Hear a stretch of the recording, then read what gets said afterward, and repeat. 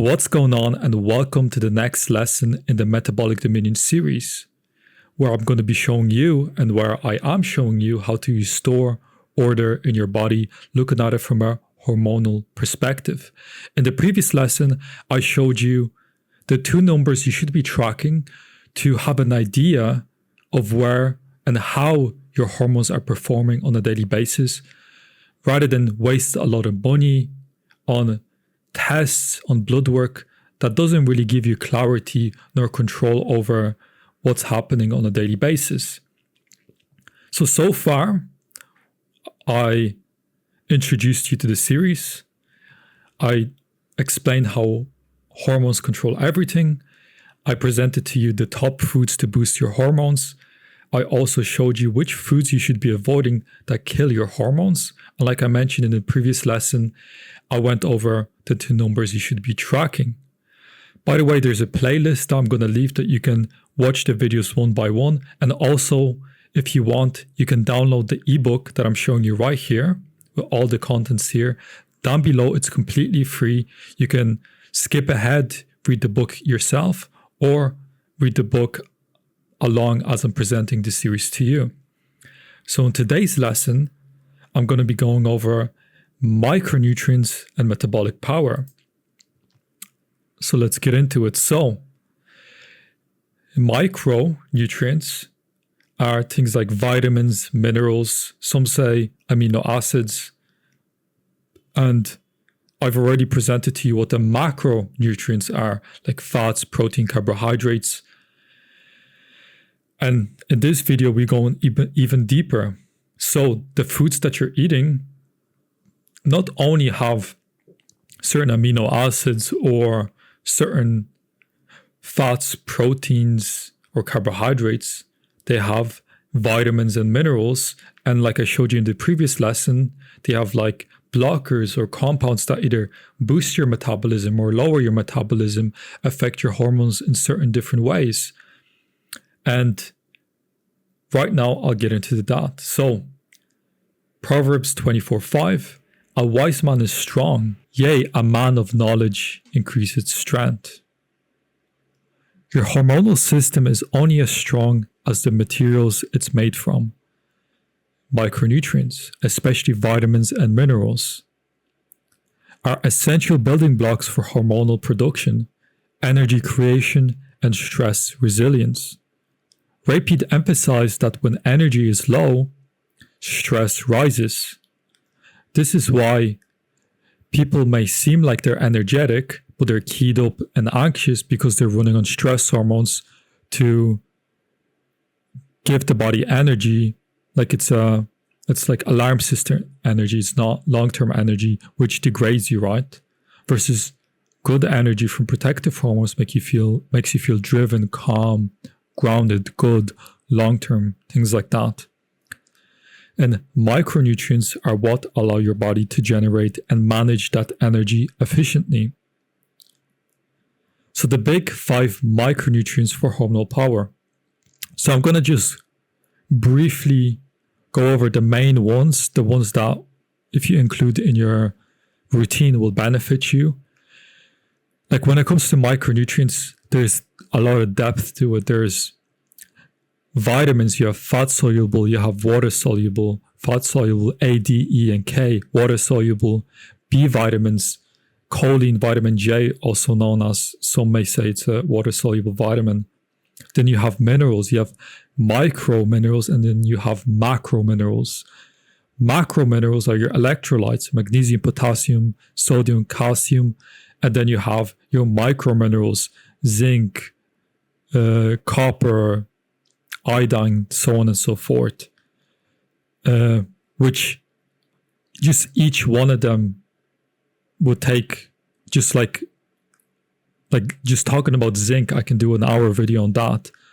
But today I'm just going to give you the main ones that I'm confident will benefit you. Because when it comes to like zinc supplementation, I mentioned this a lot of the times, it's very popular for testosterone boosting, things like that. But if you're not deficient in zinc and you start supplementing with it, it's going to lower your hormones, it's going to mess with you. Also with zinc supplementation, for every 10 milligrams you take, you deplete 1 milligram of copper. So you need to have the ratios right. So there's a lot of depth to it. In this video, I'm just going to present you the basics. So number 1, we have vitamin A, and this is retinol, not beta carotene, that a lot of these looks maxers promote. Oh, if you eat enough beta carotene, your skin will turn orange, but that's the accumulation of beta carotene, which actually messes with your hormones, which is a sign of low thyroid, funny enough. So retinol, vitamin A, purpose enables the conversion of cholesterol, LDL cholesterol, into pregnenolone, the mother hormone. So your body takes LDL cholesterol, vitamin A, retinol, and T3 active thyroid, which produces pregnenolone. And for pregnenolone, you produce the protective hormones like progesterone, testosterone, DHT. Without that process, you can do whatever you want, but you won't have the conversion. Signs of deficiency: poor vision, dry skin, fatigue, poor immunity. Also acne is a big one. Sources: liver, very much so, dairy, egg yolks, cod liver oil, with caution. Pete: a vitamin A deficiency severely inhibits steroid synthesis. So vitamin A, very important. Next we have sodium, so salt. Purpose: supports adrenal function, nerve signaling, glucose metabolism, and cell energy. Deficiency symptoms: fatigue, low blood pressure, cold hands and feet, anxiety, poor sleep. Sources: high quality salt, salted fruit juice, broths. Make sure the salt is good, like pickling salt, which is pure salt. A lot of the salts nowadays, like Himalayan pink salt, most people think it's good, but the red, the pink in the salt is iron, and iron is not good. And people who have low iron, it's not low iron, it's the ability to utilize the iron, which is rooted in low thyroid function. Because fundamentally, thyroid allows you to retain two minerals. Hence why individuals who are hypothyroid, low thyroid, and they get a micronutrient test, they're very deficient. Or they consume magnesium and the next morning all the magnesium is in their pee because they can't retain to the supplements properly. I hear this all the time with clients, how magnesium supplementation doesn't work. But once they fix their metabolic rate, their thyroid, the magnesium actually works. So the foundation is thyroid, right? So without sodium, the body dumps magnesium. There you go, there's the quote, and loses its calm, paraphrasing Pete. Calcium. Purpose: suppresses parathyroid hormone, which rises with aging, reduces excitatory stress hormones like serotonin and prolactin. Best source: dairy, milk, cheese, yogurt, even eggshell powder is very good. Avoid calcium supplements with poor bioavailability. The best one is eggshell calcium from what I've seen. Next we have magnesium. And when it comes to these, this is a little hack that I don't think I mentioned here, is when you're looking at these minerals, there's different types of minerals. Let's say you have magnesium citrate, or you have magnesium oxide, the different endings, right? So citrate, or oxide. And there's many different ones. And the main thing you want to be looking at is the ending here. You have biglycinate, you have all different ones. The good ones end with ATE, biglycinate. And then the bad one is the oxides, because it's oxidized. And what do I mean by bad or good? It doesn't mean that consuming magnesium oxide or zinc oxide is going to do damage to you. Maybe gut irritation, but the main thing is the bioavailability. If you consume zinc oxide, you'll only absorb about 2% of that zinc. And this is very cheap for manufacturers to get. That's why when you look up multivitamins that are cheap and vitamins, usually the bad ones end with IDE and they're in the cheap supplements, and the good ones end with ATE and they're probably more expensive. So pay attention to that. So magnesium purpose helps cells retain energy, calm the nervous system, prevent stress-related excitotoxicity, deficiency signs, muscle cramps, insomnia, irritability, low resilience. Sources: dairy, fruit, coffee, bone broth, supplemental magnesium glycinate. You can see there, that's a good one. And bicarbonate, that's a good one as well.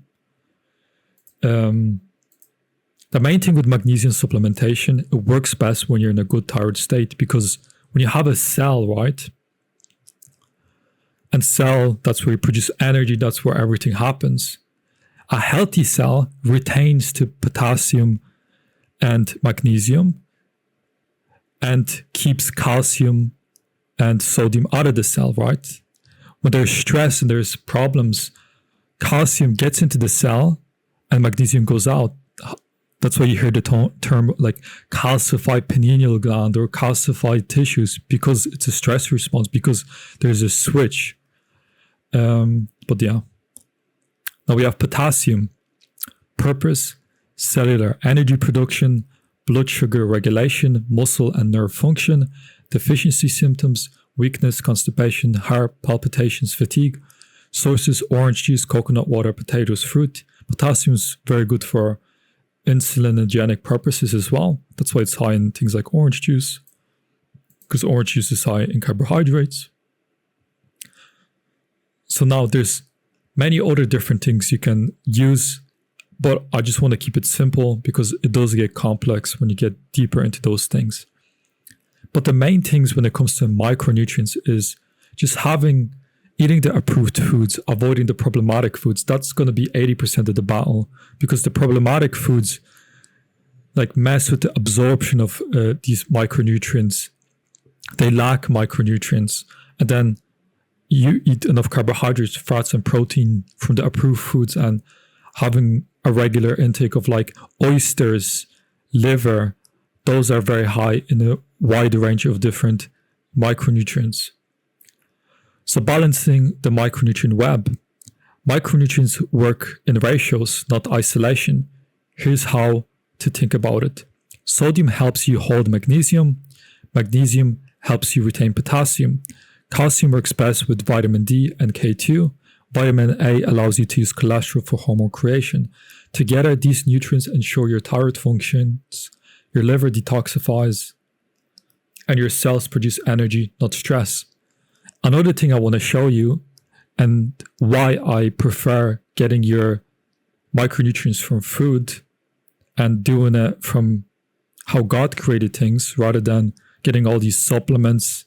And maybe you've seen my video previously, me talking about the Fire Blood supplement, how it has everything in there, but different vitamins and minerals work with each other. Some don't, they work against each other. And I'll show you exactly what I mean. So here is a website, vitamin and mineral agonist and antagonist. So agonist working with, antagonist against, right? And then you have them here, like you have vitamin A, agonist synergist, so works with these, but works against those, right? So it's like a different balance, and it's quite complex. And because then you get into tactics like you want to keep your iron low because it's problematic, right?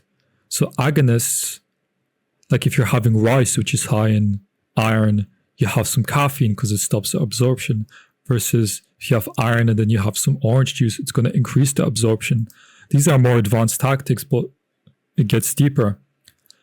Hence why, without having perfectionism, because perfection equals paralysis, getting your minerals and vitamins from food, oysters, liver, things like that. And yeah, little Easter egg. And yeah, real food over supplements. So there you go. While supplements can help in specific cases, the best approach is food first. Eat liver once per week for vitamin A and copper, drink salted orange juice for sodium, potassium, and sugar, consume dairy daily for calcium and magnesium, use bone broth for gelatin and minerals, add fruit for potassium and magnesium. Like I mentioned, if you know 100%, well, you can't be 100% sure, but if you have confidence that you have a specific deficiency based off of symptoms, like let's say zinc, supplementing with zinc for a short period of time to fix that, no problem. But this is where you get into excess. And I'm saying this because I've done this, spending $200 to $500 a month on all these supplements and this, that, and the other, and just messing myself up. So I'm just talking from experience, and just with clients. Some guys think that the magic that they're looking for is the supplement that they're not taking, but in reality, the magic that they're looking for is in the work that they're avoiding, which is just proper nutrition, getting their calories in, the basics, right? Final note before the summary. Without these minerals and fat-soluble vitamins, no matter how well you eat, your metabolism may stay stuck. Think of micronutrients as the spark plugs for your hormonal engine. If the foundations be destroyed, what can the righteous do? Psalm 11:3. Here's some quotes. The ability to produce energy is the basic requirement for resisting stress. Repeat. Brother Barnes, in almost every case, a deficiency of thyroid hormone results in a lower metabolic rate and reduced oxygen consumption. Repeat. Calcium, sodium, magnesium, and potassium, when in the right proportion, support the calm, energized state of the healthy organism. When the diet lacks adequate nutrients, especially vitamin A, calcium, and thyroid support, the body shifts into an inflammatory estrogenic state. Once thyroid function is normalized, the body can properly utilize oxygen, calories, and nutrients. That's when healing begins. So the body is a self-healing mechanism when you give it the right properties to do so. And that is foundation nutrition, thyroid function, things like that. So yeah, this was the lesson on micronutrients. Don't forget to get the ebook if you're curious more, ebook.fedorsky.com, or there's a link down below. And yeah, in the next lesson, I'll be bringing everything together and summarizing everything, and also giving some lifestyle strategies and just basic things around that, bringing everything together. So that being said, I'll see you in the next one. God bless.